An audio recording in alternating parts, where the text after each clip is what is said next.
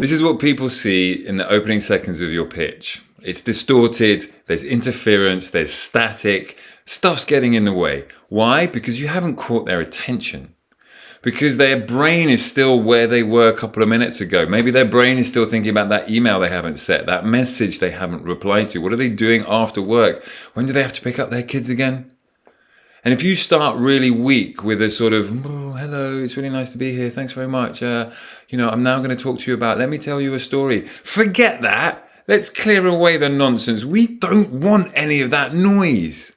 We want you to come in charismatic, confident, intentional, like a leader of a business, a leader with just an idea, or a leader with a company that's about to get acquired. You come in and you share your story from the best bit possible so that the audience puts that phone down, gets the distractions out of the way and goes, I have to pay attention.